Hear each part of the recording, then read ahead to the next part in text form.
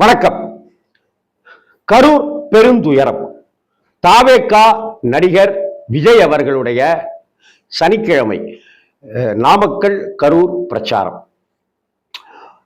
தொடர்ந்து இனி தாவேகா என்ன செய்யணும்? விஜய் அவர்களுக்கு இப்பயாவது புத்தி வருமா அல்லது முட்டாள்தனமாவே தான் விஜய் இருப்பாரா? விஜய் தன்னை ஒரு கடவுளுடைய மறு உருவம் போல ஒரு பிம்பத்தை கட்டமைப்பதிலேயே குறியாக இருக்கிறார். நாங்களே ஒத்துக்கிறோம், ஒட்டுமொத்த தமிழக மக்களும் ஒத்துக்கிறோம். இன்னைக்கு தேதிக்கு உங்களுக்கு தான் ரசிகர் கூட்டம் ரசிகர்கள் ஜாஸ்தியா இருக்காங்க. அதுல சத்தியம் பண்ணி சொல்றேங்க, விஜய்க்கு தாங்க ரசிகர்கள் ஜாஸ்தியா இருக்காங்க. வேற நடிகர்களை விட அதிகமா இருக்காங்க, சத்தியமா சொல்றேன். ரைட். ஆனா அதை வைத்து உங்களுக்கு ஓட்டு கிடைக்கும்னு முட்டாள்தனமா விஜய் நினைக்கிறார். ரெண்டாவது, உங்களுக்கெல்லாம் மனசுல ஈரம் இருக்கா விஜய்? உங்களுக்கெல்லாம் கருணைன்னு ஒண்ணு இருக்கா விஜய்? விஜய் சார் நாமக்கல்ல உங்களுக்கு கூட்டம் எத்தனை மணிக்குன்னு நீங்க கேட்டீங்க, அத சொல்லுங்க சார். மனசை தொட்டு சொல்லுங்க சார். உங்க அம்மா மேல சத்தியம் பண்ணி சொல்லுங்க சார். தாவேகா தொண்டர்கள் அவங்க அம்மா மேல சத்தியம் பண்ணி சொல்லட்டும். நாமக்கல்ல எத்தனை மணிக்கு கூட்டம்னு நீங்க அனுமதி கேட்கிறீங்க? காலையில 8:45 கூட்டம்னு அனுமதி கேட்கிறீங்க. ஆனா நடிகர் விஜய் அவர்கள் நாமக்கல்லுக்கு 8:45 வரல. ஏன் வரல? அவர் சென்னையில விமான நிலையத்துக்கு வந்தப்பவே 8:45. அறிவு இருக்காளா உங்களுக்கு? சோறு தரல திங்கிறோம் நாம. ஏன்னா நாமக்கல்ல எங்க இருக்கு, சென்னை எங்க இருக்கு? நாமக்கல்ல 8:45 கூட்டம்னு சொல்லிட்டு 8:45 நீங்க சென்னையில கிளம்புறீங்கனாக்க, இதை விட மக்களை நீங்க வெறும் மாடை விட, ஆடு மாடுகளை விட கேவலமா மைண்ட்ல வச்சிருக்கீங்க, பிக்ஸ் பண்ணி தானே அர்த்தம். நீங்க சொல்லிக்கிட்டே இருக்கணும், விஜய் இதா வராரு, உங்க விஜய் நான் வரேன்ட்டு. நீ வரவே வேணாம் ஜாமீன் இன்னைக்கு ஆயிடுச்சு இல்ல. முதல்ல 8:45னாக்கா அட்லீஸ்ட் ஒரு 10 மணிக்காவது நாமக்கல்ல இருந்திருந்தா இந்த சம்பவம் நடந்திருக்குமா? நேரம் ஆக ஆக ஆக ஆக கூட்டம் முண்டி அடிக்க வந்துகிட்டே இருக்கு. வரத்தாங்க செய்யும். கர்ப்பிணிகளே வராதீர்கள், விஜயை பார்க்க கர்ப்பிணிகளே வராதீர்கள், விஜயை பார்க்க, விஜய் அண்ணாவை பார்க்க குழந்தைகளுடன் வராதீர்கள், வயதானவர்களே விஜயை பார்க்க வராதீர்கள். அப்புறம் எதுக்குடா கூட்டம் நடத்துறீங்க? உன்னுடைய ரசிகன். அப்ப கர்ப்பிணி ஓட்டு போட வேணாமா உங்களுக்கு? சொல்லுங்க. வயசானவன் ஓட்டு போட வேணாமா? ஒரு குழந்தை பார்க்கணும்னு ஆசைப்படுறாயா? தளபதியை பார்க்கணும், விஜயை பார்க்கணும், அப்பா கூட்டிட்டு போட்டு. அப்பங்காரன் இது வரைக்கும் சாக்லேட் வாங்கி கொடுத்துட்டு இருந்தான், ஐஸ்கிரீம் வாங்கி கொடுத்துட்டு இருந்தான், ட்ரெஸ் வாங்கி கொடுத்துட்டு இருந்தான், ஃப்ரைட் ரைஸ் வாங்கி கொடுத்துட்டு இருந்தான், பீட்சா பர்கர்னு வாங்கி கொடுத்துட்டு இருந்தான். அந்த குழந்தை அப்பா கிட்ட கேக்குது, அப்பா அப்பா அப்பா அப்பா தளபதி அண்ணா வராரு, விஜய் அண்ணா வராரு, விஜய் அண்ணாவை பார்க்கணும், கூட்டிட்டு போகணும்னு சொல்லுவான். போகத்தான் செய்வான், ஆர்வத்துல வரத்தாயே செய்வான். ரசிகர்கள் நடிகர்கள் பின்னாடி போயிட்டு இருக்கிற வரைக்கும் இது நடக்கத்தான் செய்யும். நீங்க எல்லாம் கட்டுப்படுத்த முடியாது. இந்த ஜாதிகாரன் வா, இத்தனை வயசுக்கு உட்பட்டவன் வா அப்படின்னு சொல்றீங்க. எத்தனை சிறுவர்கள் உங்க கூட்டத்துல எத்தனை சிறுவர்கள் ஓட்டு போடுறதுக்கு உண்டான வயசே இல்லாதவங்க, ஓட்டு போடுறவங்க மட்டும் வாங்க, இளைஞர்கள் மட்டும் வாங்க, இத்தனை வயசுக்குள்ளார இருக்கிறவங்க மட்டும் வாங்க, இந்த ஜாதிகார மட்டும் வாங்கன்னு பட்டியல் போடுவாங்களா? அறிவு கட்ட முட்டா பசங்களா? இப்ப என் ஏரியாவில் நான் விஜய் வராருனாக்கா, என் ஏரியாவில் ஒரு நடிகர் வராருனாக்கா 10 பேர் 50 பேர் 100 பேருக்கு பதிலாக 500 பேர் 5000 பேர் 10,000 பேர் பார்க்கத்தான் செய்வான். ஸ்கிரீன்லயே பார்த்துட்டு இருந்த ஒரு நடிகர், அவர் சாதாரண சின்ன நடிகரா இருந்தாலுமே பார்க்கத்தான் செய்வான். ஏன் போய் பார்த்த அப்படின்ட்டுலாம் கேட்க முடியாது, ஏன் வந்த அப்படின்ட்டுலாம் கேட்க முடியாது. அப்புறம் என்னடா கூட்டம் நடத்துறீங்க நீங்க? புடலங்கா கூட்டம், புடலங்கா கட்சி, வெண்டைக்காய் கட்சி. முதல்ல கட்டுப்பாடு, உங்க தொண்டர்களை நீங்க கட்டுப்படுத்துறதுக்கு ஒரு அமைப்பு வச்சிருக்கீங்களா? அங்க வர்றவங்களை கட்டுப்படுத்துறதுக்கு உங்கள்கிட்ட முதல்ல தொண்டர்கள் இருக்காங்களா? ஒரு கட்சி எப்படி நடத்தணும்னு தெரியுமா?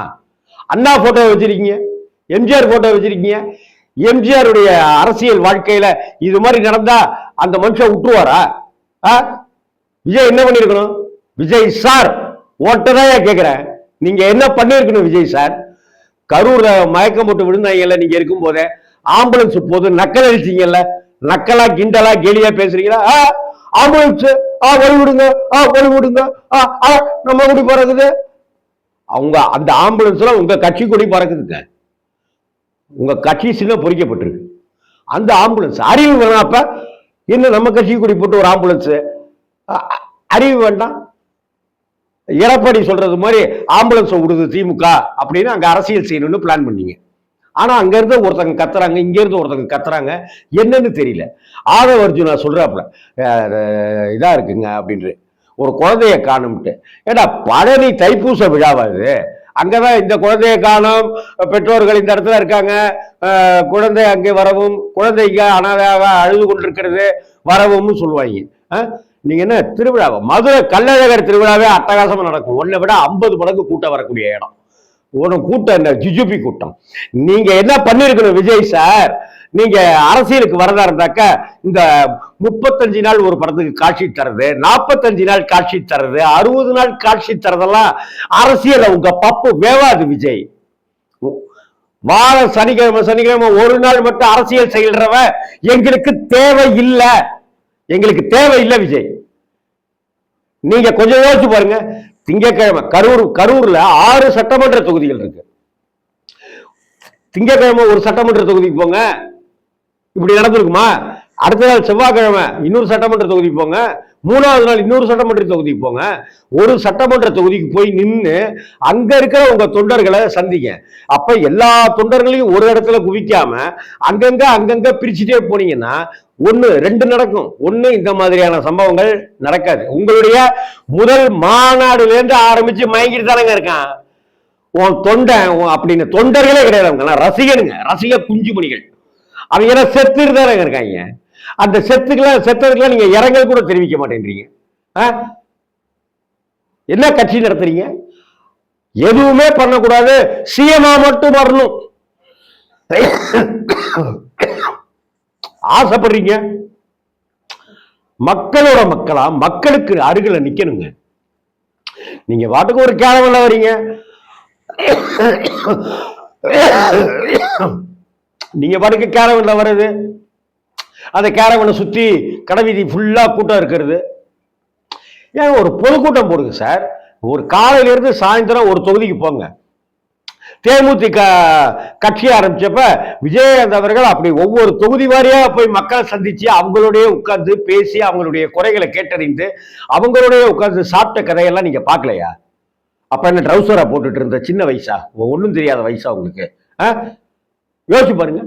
சும்மா எங்க பார்த்தாலும் வந்துட்டு திமுகவை திட்டது. நீங்க தான் வெறுமன திமுகவை திட்டுறது மட்டும் தானே வேலையா வச்சிருக்க. திமுகவுக்கு ஒன்றும் ஆதரவான பேசல.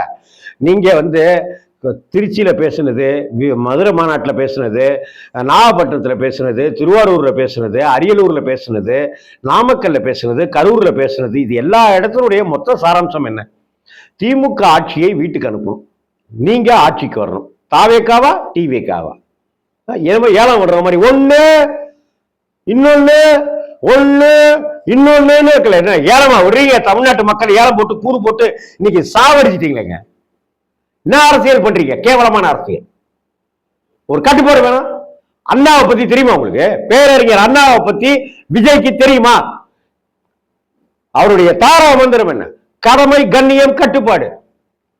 கடமை, மக்களுக்கான கடமையை செய்யணுங்கிற முனைப்பு உங்கள்கிட்ட இல்ல விஜய். கட்டுப்பாடு, உங்க தொண்டர்களை நீங்க கட்டுப்படுத்த, உங்க ரசிகர்களை நீங்க கட்டுப்படுத்த தவறுறீங்க. ஒவ்வொரு இடத்துலையும் அதை ரசிக்கிறீங்க. குரூரமான புத்தி அது. என்ன விளையாடுறீங்களா விஜய் சார்? 8:45 சொல்லி நாமக்கலுக்கு வரேன்னு சொல்லிட்டு 2 மணிக்கு மேல நீங்க வரீங்க. 2:45 மேல வந்துட்டு காலையில 10:30 வரதா சொல்லிட்டு அவன் சோறு தண்ணி இல்லாம வெயில். கரூர் திருச்சியை போல, வேலூரை போல கரூர் ஒரு கந்தக பூமிங்க. தமிழ்நாட்டு எந்த வருஷம் வெப்பநிலை வேணா எடுத்து பாருங்க, தமிழ்நாட்டுல அதிக வெப்பநிலை கொண்ட மாவட்டத்துல கரூரும் ஒன்னா இருக்கும். அப்படிப்பட்ட ஊர்ல அவன் இந்த இடத்துல நின்றுட்டு இருக்கிறோம். இங்க நிப்பார் விஜய், பார்த்துடலான்னு நிக்கிறவன் ஒரு ஒண்ணுக்கு கூட போகாம, உச்சா பச்சா கூட போகாம, தண்ணி குடிக்கிறதுக்கு கூட போக முடியாம, ஜூஸ் குடிக்கிறதுக்கு கூட போகாம நிற்பாங்க. உங்களை பார்க்கணும்னு ஆசைப்படுவான். நீங்க என்னடானாக்க சாவகாசமா 6:30 7 மணிக்கு வரீங்க. உங்களுக்கு அப்பவே விஷயம் தெரியுதுல்ல விஜய். நான் கேட்கிறேன், சிஎம் ஆகணும்ல விஜய். நீங்க சிஎம் ஆகணும், உங்களுக்கு எங்களுடைய வாழ்த்துக்களை எல்லாம் தெரிவிச்சுக்கிறோம் விஜய் சார். ஆனா நீ ஒரு சிஎம் ஆகணும்னா என்ன பண்ணிருக்கணும்? ஆனா சிஎம்மா வேணாயா, ஒரு ஏரியா கவுன்சிலர் ஆகிறதுக்குன்னா என்ன அப்படி இருக்கணும் தெரியுமா உனக்கு? கரூர்ல இருந்து கிளம்பி ஏர்போர்ட்டுக்கு போறீங்கல்ல, அப்பவே செய்தி வந்துட்டு இருக்குல்ல, அப்படியே வண்டியை திருப்புங்க அப்படின்னு சொல்லிட்டு நேரா கரூர் ஆஸ்பத்திரிக்கு போக முடியல. தாண்டி என்ன மனசா என்னையாது, வெறும் இரும்பா. அப்படியே கரூர்ல இருந்து கிளம்பி நேரா திருச்சி ஏர்போர்ட்டுக்கு வரீங்கல்ல, கேட்கறாங்களா பத்திரிகைக்காரன், பதிலே சொல்லாம ஓடுறீங்க. சார் 30 பேர் செத்துட்டாங்க, என்ன பதில் சொல்ல போறீங்க? 30 பேர் செத்துட்டாங்க, என்ன பதில் சொல்ல போறீங்க? 30 பேர் செத்துட்டாங்க விஜய் சார், என்ன பதில் சொல்ல போறீங்க? கத்தி கத்தி கேட்டுட்டு இருக்காங்க. அவன் அந்த பத்திரிகைக்காரனுக்கும் அந்த இறந்து போன மக்களுக்கு என்ன சார் சம்பந்தம்? என்ன உறவா? கரூர்ல ஒரு மனைவி இறந்து போயிட்டா, 2 பெண் குழந்தைகள் இறந்து போயிட்டாங்கன்னு ஒரு புருஷன் அழுகுறாங்க. திண்டுக்கல் மாவட்டம் வேடச்சந்தூரம் ஏதோ ஒரு ஊரு, அந்த ஊர்ல இருக்கிற ஒருத்தன் இங்க வந்திருக்கான், அவன் இறந்து போயிட்டாங்க. கல்யாணம் ஆகி 1.5 வருஷம் தான் சார் விஜய் சார் ஆகுது. அந்த பொண்ணு நிறமாச கர்ப்பிணிங்க. இன்னைக்கு புருஷனை பறி கொடுத்துட்டு செத்து போன குழந்தை வெளியில வரும் சார். அந்த குழந்தைகிட்ட உங்க அப்பா எப்படி செத்தாரு தெரியுமா?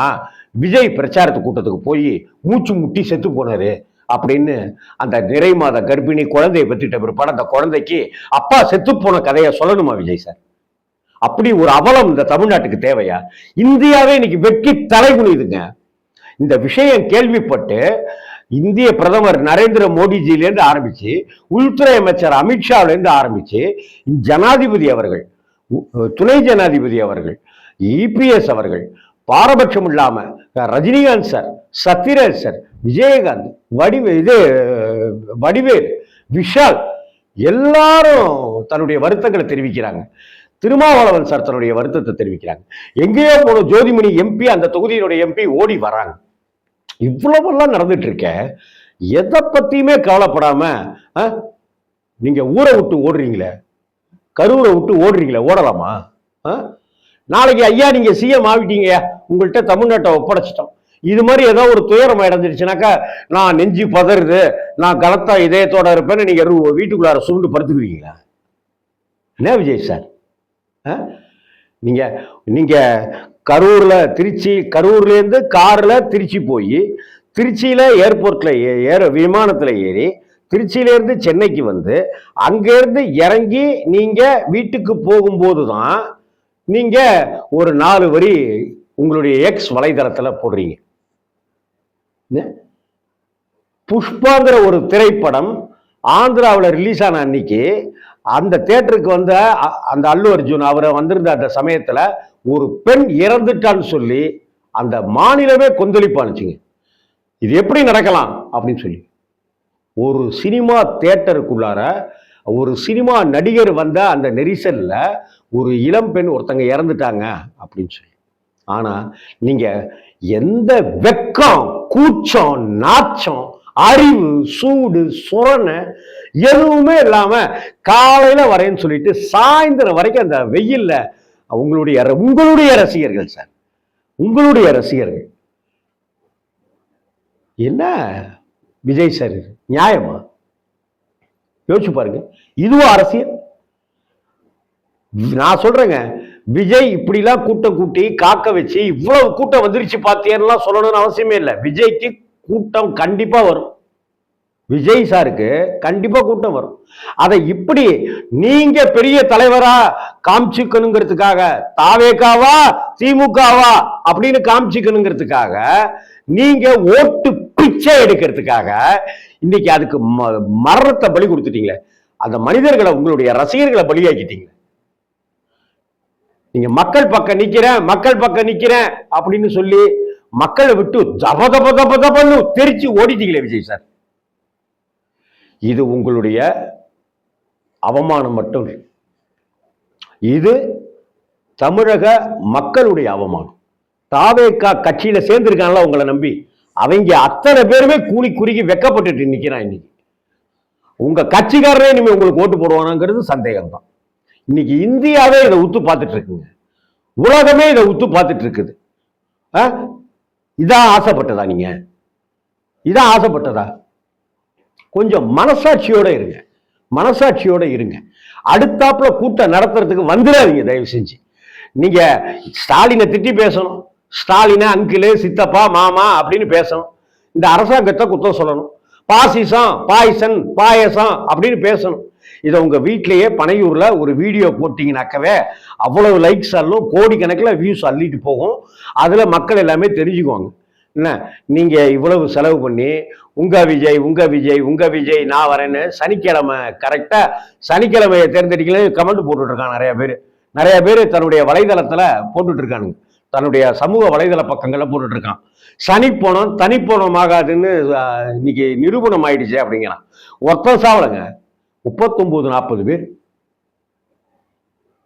கொஞ்சம் அறிவை பயன்படுத்துங்க, மனசை பயன்படுத்துங்க. உங்களுக்கு கூட்டம் நிறைய வருது விஜய் சார், அதுக்கு தகுந்தது மாதிரி மிகப்பெரிய மைதானத்தை தேர்ந்தெடுங்க. சனிக்கிழமை மட்டும் வராதீங்க சார், சனிக்கிழமை மட்டும் நீங்க வர்றதுனாலதான் இவ்வளவு கூட்டம். டெய்லி வாங்க. தலைவர் நம்ம கூடவே இருக்கிறாரா, தலைவர் நம்ம கூடவே தான் இருப்பாரு அப்படின்னு உங்களுக்கு ஓட்டு போடுவாங்க. வாரம் சனிக்கிழமை எவங்க உங்களுக்கு சொல்லி கொடுத்தது? எவன் சொல்லி கொடுத்தது? இந்தியாவில் எந்த அரசியல்வாதிங்க இப்படி வாரம் சனிக்கிழமை வரான்? ஒரு முட்டாள்தனமான, ஒரு அறிவிலித்தனமான, ஒரு தற்குறித்தனமான அரசியலை தமிழ்நாட்டில் விதைக்காதீங்க. தமிழக ரசிகர்களா இருக்கட்டும், தமிழக தொண்டர்களா இருக்கட்டும், தமிழகத்தினுடைய மக்களா இருக்கட்டும், முட்டாள் கிடையாது விஜய் சார், முட்டாள் கிடையாது. டெய்லி கூட்டம் போடுங்க, டெய்லி பிரச்சாரத்துக்கு வாங்க. வயசு இருக்கு, உங்களால அலைய முடியும். பிரமாதமான சொகுசு வண்டி வச்சிருக்கீங்க. 234 தொகுதியும் விஜய் தான் அப்படின்னு சொல்றீங்கல்ல, உங்களுக்கு கண்டிப்பா ஓட்டு வரும், நீங்க கண்டிப்பா சிஎம் ஆவீங்க. ஆனா தினமும் வாங்க, தினமும் கரூரை பிரிச்சு வாங்க, நாமக்கல்ல பிரிச்சு வச்சுக்கிட்டு பேசுங்க, அங்கங்க பேசுங்க. நீங்க வந்து நின்னாலே போதுங்க, உங்களுக்கு ஓட்டு போடுறதுக்கு தயாரா இருக்காங்க. ஆனா இப்படி நின்று 39 பணங்களுக்கு மேல நின்றுகிட்டு ஓட்டு கேட்காதீங்க, அதெல்லாம் மிகப்பெரிய ஆபத்துல போய் முடியும். திருந்துங்க விஜய் சார், பிளீஸ், கையெடுத்து கெஞ்சி கேட்கிறோம் நாங்க, திருந்துங்க. இந்த தேசம் உருப்படும், தமிழ்நாடு உருப்படட்டும்.